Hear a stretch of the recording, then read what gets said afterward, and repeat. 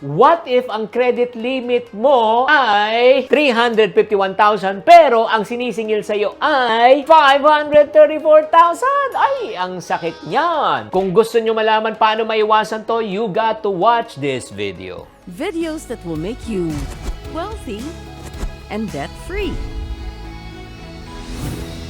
Hi there, this is Shinkitan, your pambansang wealth coach. Ang usapan po natin ngayon, usapang utang. Paano makakalabas ng utang? Nako mga friendship, napaka-overwhelming talaga pag lalo na kung meron kang utang sa credit card debt. Nakaka-cause ng stress and anxiety. Taas ng interest, feeling mo trap ka na at di ka na makalabas. Nako, alam mo, ito lang sabihin ko po sa inyo. Pag binabayaran nyo lang po ang minimum amount sa credit card nyo, hulaan nyo, ilang taon? Pakitype lang sa comment section. Bago mo mabayaran ng buo, ilang taon? Sabi nyo mga 2, 3, 5? No, 7 years. It will take you at least 7 years to pay your credit card in full. So you will realize 90% of the amount paid already paid for interest. 10% lang pumunta sa principal. So, kung kayo ay nawawalan po ng pag-asa, huwag kayo mawalan because there's a solution. Because to every problem, there's always a solution. I would like to share with you in this video the 10 popular debt repayment strategies. Kaya exciting po ito. Okay? Ready ka na ba kung may utang ka? Strategy number 1. Sulat nyo to ha. Number 1, budgeting and cutting expenses. Importante po na talaga matuto ka na mag-budget, kapatid. Wala na tayong pag-uusapan. When you say budgeting is managing your income versus expenses. You got to track your income versus your expenses. Your income should be greater than your expenses. If your expenses is greater than your income, negative ka. Kaya importante po talaga i-allocate natin yung ating pondo. And probably some of you are saying, Chinky, paano ko ba gagawin ma-manage yan? Mami, yung pag-uusapan ko, may papakita ko sa inyong tool and system that you can use. Pero importante po, pag kayo po ay nagsusulat na ng inyong expenses, alamin nyo kung ano ang dito ang needs, ano dito ang wants. Needs, pangangailangan, wants, kagustuhan. So, anong gagawin po natin? Cut down the wants muna. Tanggalin mo muna kung may utang ka. Diba? Wala mo nang kain sa labas. Wala mo nang travel. Wala mo nang birthday. Wala mo nang Pasko. Hindi, kung seryoso ka lang. Kung hindi ka pa seryoso, okay lang. Diretso mo lang. Wala namang problema eh. Diba? Hindi naman ako may stress. Ang nai-stress naman, yung tao may utang. Kaya, once you start cutting down already, malaking tulong po yan. And probably some of you are saying, Chinky, anong pwede kong gamitin na tool? Ito na, ito na. You can use this piece of planner. This is a budgeting planner that I use and we use. Sa mga students po namin, nandito na po yung budgeting system. Income minus savings equivalent to expenses. Dito, gamitin nyo na to. And then next also, yung mga frequently expenses para hindi nyo na makalimutan ang mga due date from water, electricity, diba, rental, lahat. Tapos masulat nyo na. And good news about this planner, you can use it for 3 years. 2023, 24, and 2025. Yan. And then kagandahan ng planner to, may 60,000 ipon challenge yan. So, you can use that tool. Number 2, second way for you to get out of debt is use the debt avalanche method. Ano ba itong debt avalanche method? Ang ibig sabihin po niyan, ang uunahin po natin is babayaran po natin yung pinakamataas na interest. Kaya nga, ang kagandahan po niyan, kung binabayaran mo yung pinakamataas na interest, makakaipon ka, di ba? Sa interest payment. And then, syempre naman, alam po natin, yung pinakamataas na interest yan, minsan, ang may pinakamataas na utang. It may take you a longer time, but that's okay. At least, tinatanggal mo muna yung pinakamahirap mong kalaban. Lalo na yung mga 5-6. Ba't ka magbabayad ng 20% per month kung kaya mo magbayad sa 5% per month? So, nakatipid ka ng 15%. Kaya unahin mo na matanggal yung 20% per month. Make sense? Pakitype, make sense. Second strategy na yan, ha? Let's go to the third strategy para makatulong sa inyo paglabas po sa utang. Ang tinatawag naman po dito is debt snowball method. Ito naman pabaligtad. Ang gusto naman natin mabawasan yung utang. Kunyari, ang utang nilista mo 1,000 utang mo. Hindi 1,000 piso, 1,000 pinagkakautangan. Joke lang. Sabihin mo, let's say 5. Uunahin mo muna sa 5 yung pinakamaliit. Bakit pinakamaliit? Bakit po? Kasi pag nabawasan pinakamaliit, psychologically, 4 na lang binabayaran mo. Diba? Ang kagandahan po niyan, parang, ay, nako, at least 4 na lang. This focus on building the confidence and momentum and motivation for you to get out of debt. Baligtad po to ng avalanche method. Ang avalanche, yung mataas na interest. Dito naman, yung pinakamaliit na interest. Number 4, strategy. And by the way, itong mga strategies na ito, hindi nyo naman gagawin lahat. Yan, pili lang po kayo ng isa. Suggestions lang to mga to. Number 4 is what we call as debt consolidation. Ang ibig sabihin ng debt consolidation, lahat ng mga utang mo, instead na 5 kausap mo, isa na lang kausap mo.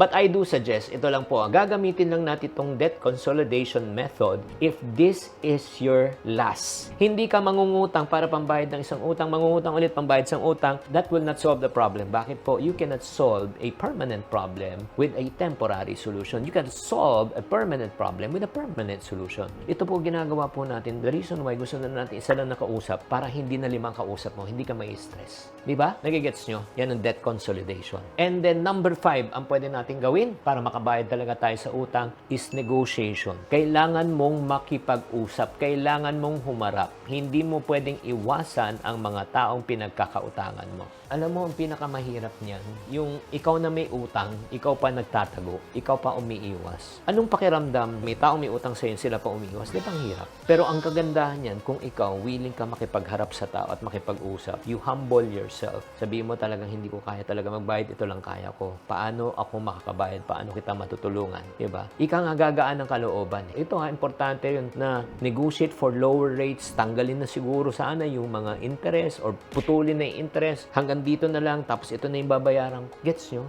Talk to them. Baka magalit, baka mainis. Kinausap mo na ba? Hindi. Ay, kasapin mo muna. So, next question ko, bago pa tayo pumunta, may 5 pa. And I hope that you will finish this up to the end kasi yung pang-siyam ang pinakamahalaga. I just like to say hi to John Cabanlit, kay Bahrain Fever, mabuhay, at kay Arjong TV 9118. Number 6 na pwede nyong gawin, which other credit card company offers, is called balance transfer cards or balance loan, di ba, to another card. Kasi may mga ibang card charges 3.5% interest per month, 42 per annum. Pero may mga iba, they allow you na mga less than 1% lang per month. Pag transfer mo yung balance mo, di ba, mas mababa. Or check mo kung ano yung ino-offer nila. This can provide temporary relief if you use this strategically. Again, the goal is not for you to transfer this para mabayaran nyo ulit ang utang. The goal is for you to minimize the impact of the interest rate.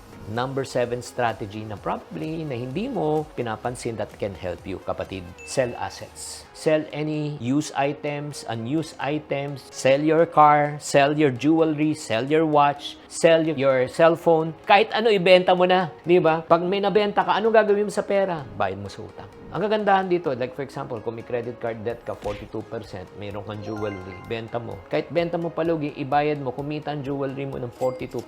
Paano nangyari yung chinky? Kasi hindi ka na masisingil ng credit card ng 42% per year kasi bayad ka na kumita ng jewelry mo. Number 8, grabe. Everybody say grabe. Nabibigyan ka na ba ng pag-asa? O yung mga taong na lubog sa utang, naku, maniwala kayo. Number 8 is what we call as one-time, big-time, windfall payments. Ano ibig sabihin po nito? Minsan, bigla na lang magkakaroon tayo ng bonus, magkakaroon tayo ng project na hindi natin inaasahan. May magbibigay sa atin ng pera. Anong gagawin mo? Hindi mo na naman ipang shopping. Hindi mo ipang babakasyon yan. Ipambabayad mo sa utang. Diba? Grabe to, mga friendship. O, wag na natin patagalin. Number 9 na tayo. Ito sinasabi ko, number 9 ang matindi. Talaga makakapagbayad talaga lahat ng utang mo. O, handa ka na ba?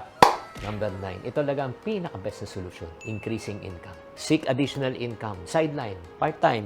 Gigs. Diba? Use that extra income to accelerate your debt payment.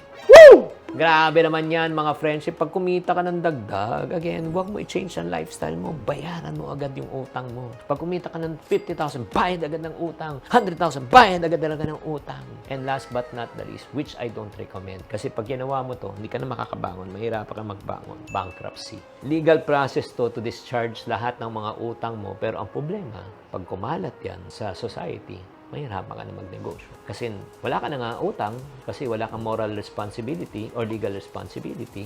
Pero ang problema, sira ka. Wala na magpapautang sa'yo. Ay, ano yan?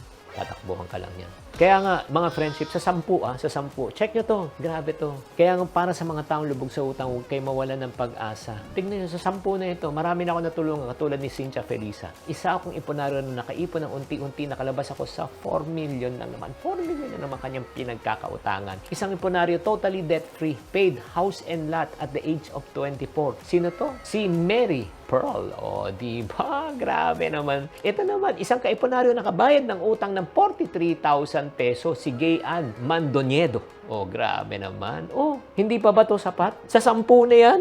Kaya nga, mga friendship sa mga taong lubog sa utang at gusto nyo talaga ng tulong, let us help you. Are you ready to transform your journey? Diba? We have a community called the TYL community. Ano ba itong TYL? Secret. Oo, kung ano i-reveal ko na sa inyo. Pero sa TYL community, we will help you to hit your financial goals. Because we have a proven system na fina-follow po namin. Ang system na yan is tinatawag na blank method. Again, secret na naman ano yung method na yan. Pero assured yan, mag-work siya. May expert support kami. At the same time, meron kaming group coaching and accountability partners. Kung gusto nyo malaman, ano ba itong TYL community? Puntahan nyo to. tyl.group. tyl.group to know more. So guys, para sa mga taong talagang na-encourage sa session na ito, please cut-paste this link, share to people na may mga utang at para sila ay mabawasan ng financial stress. Malay mo, sa 10 sinuggest ko dito, isa na ang solusyon para ikaw ay makalabas sa utang. Tatandaan, tamang karunungan, tamang disiplina ang susi sa pagyaman.